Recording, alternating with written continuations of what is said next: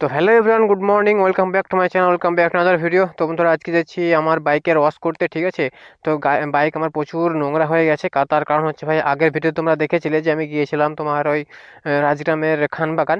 তো সেই খানবাগান আসার টাইমে বৃষ্টি হয়ে গেছিলো। তো সেই বৃষ্টির জন্য বাইকের প্রচুর কাদা লেগে গেছে, দেখতে পাচ্ছ তোমরা, কাদা লেগেই আছে। এর থেকে আরও কাদা লেগেছিলো। আমি এসে রাত্রেবেলায় হালকা করে ধুয়েছিলাম বাড়িতে, মানে জল দিয়ে হাতে করেই, ঠিক আছে। তারপরে এগুলো প্রচুর প্রচুর কাদা লেগে আছে। তো সেই কাদা এখন হাতে করে ধোয়া যাচ্ছে না, একমাত্র প্রেসার দিয়ে ওয়াশ করতে হবে। তাছাড়া ভাই হচ্ছে না, সম্ভব নয়। তো সেই জন্য আছে আমি বাইকের ওয়াশ করতে। তো চলো বেশি দেরি না করে যাওয়া যাক। বাইক ভাই চালিয়েছি 15,195.6 কিলোমিটার, মানে এত কিলোমিটার অবধি আমি চালিয়ে গেছি, ঠিক আছে ভাই। একদম ধুলো বালি কাদা সব লেগে আছে বাইকে, কিছু না লেগে থাকা নয়। তো চলো বেশি দাঁড়াবো না, ওকে, লেটস গো।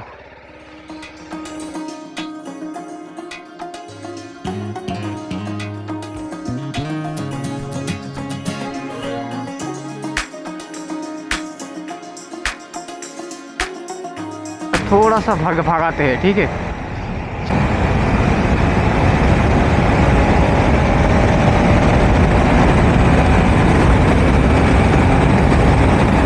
भाई 134 तुल दिया भाई। भाई साहब 100তে মনে হচ্ছে রকেট যাচ্ছে, রকেট।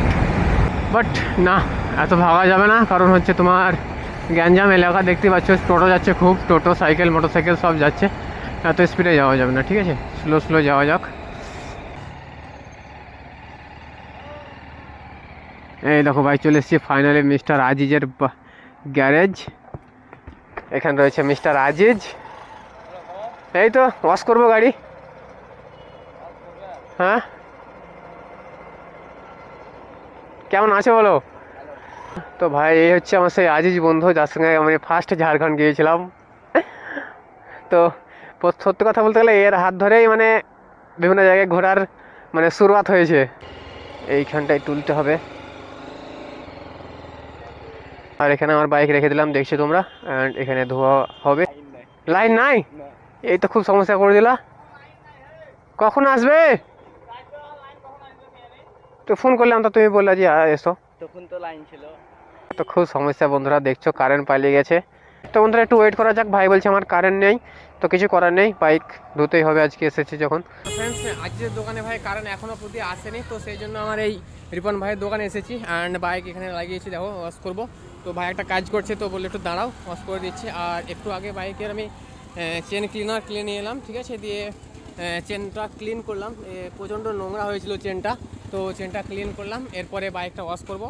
ভাই আমার বাইকটা ওয়াশ করছে, প্রথমে জল দিয়ে ওয়াশ করছে, এরকম নর্মাল জল দিয়ে, এরপরে শ্যাম্পু দিবে, তারপর তখন আবার নর্মাল জলে ওয়াশ করে দেবে, ঠিক আছে।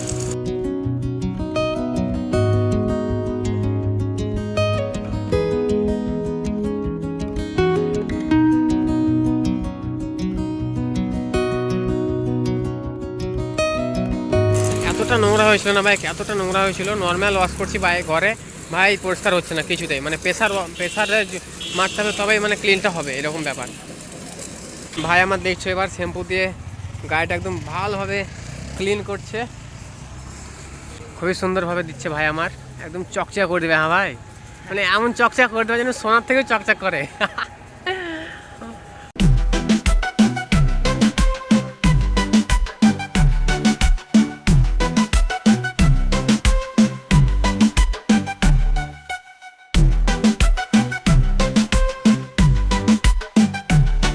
বাইক ওয়াশ করার সব থেকে ডিফিকাল্ট জায়গা হচ্ছে এইটা, মানে শ্যাম্পু দিয়ে ওয়াশ করার মানে সব থেকে ডিফিকাল্ট জায়গায় এই জায়গাটা, মানে এক্সস্ট রয়েছে, মানে হাত ভালো করে ঢুকবে না। আমি দেখেছি অনেকবার, আমি নিজে তো ওয়াশ করি বাড়িতে, তো প্রচণ্ড অসুবিধা হয়, প্রচণ্ড অসুবিধা।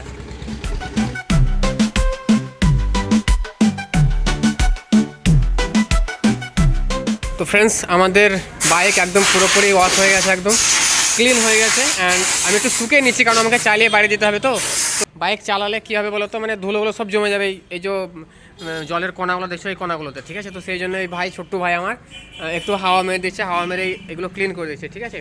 তো তোমরা তখন দেখতে থাকো ক্লিন করাটা।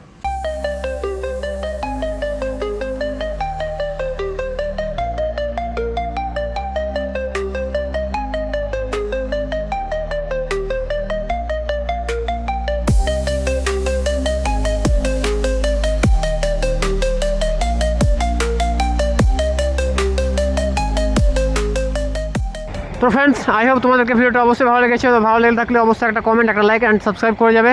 অ্যান্ড ততক্ষণ জন্য চলো টাটা বাই বাই, সকালে খুব ভালো থাকো and see you next blog, bye bye tata.